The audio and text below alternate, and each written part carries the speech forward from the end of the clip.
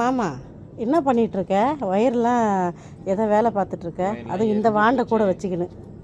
என் தங்கத்துக்கு காற்று இல்லை, என்ன பண்ணுறது, ரெடி பண்ணி ஆகணுமே. இந்த வாண்டை கூட வச்சுக்கின்னு வேலை பார்த்துன்னு இருக்கியே, ஆகுமா? இங்கே பாருங்கள், இப்போ தான் வாங்கணும், வாங்கி கூட 1 வருஷம் ஆகலை, அதுக்குள்ளே இதில் ரிப்பேர் பிரச்சனை. அது கூட என்னென்ன ஆயிடுச்சு பாருங்கள். வயரு கொஞ்சம் விட்டுருந்தாங்கன்னா ஃபயரே ஆயிருக்கும். அதுக்குள்ளே மாம்சம் திப்புன்னு ஓடி போய் அதை ஆஃப் பண்ணி பார்த்தா அந்த மெல்ட் ஆகிடுச்சு அந்த ப்ளக்கே. அவ்வளோ மட்டமாக இருக்குது, என்னத்தான் சொல்கிறது. ஏன்னாடி மட்டமான ப்ளக்கு ஆக்சுவலாக அப்படி இருக்கக்கூடாது தானே. ஃபுல்லாக சைனாக்காரங்க ப்ரொடெக்ஷன் இருக்கும் டேடி.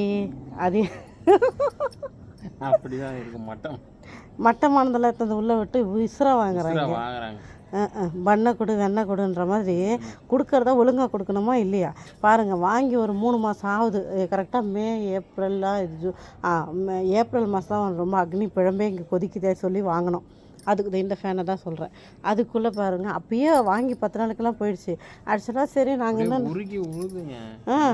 நான் என்ன நினச்சேன், சரி ப்ளக்கு தானே ஒன்றும் ஆகாதுன்ட்டு நானும் விட்டுட்டேன். கட்டில் பார்த்தா ஜஸ்ட்டு மிஸ்ஸு, இல்லைனா ஃபயர் தான் இன்னத்துக்கு ஆயிருக்கும். அதுக்குள்ளே எங்கள் மாம்சு ஓடி போய் எடுத்துகிட்டு வந்துட்டார். கட் பண்ணி போட்டு மாம்சு தான் இந்த வேலைலாம் செய்வார், செஞ்சிட்ருக்கார். நீங்களும் ரொம்ப கவனமாக இருங்க. ப்ளக்கு தானே போயிடுச்சுன்னு விட்றாதீங்க, அப்புறம் அது ஏதோ பெரிய பிரச்சனையாக எடுப்போது. ஜாக்கிரதையாக இருங்க. அதுக்கு தாங்க இந்த பதிவு.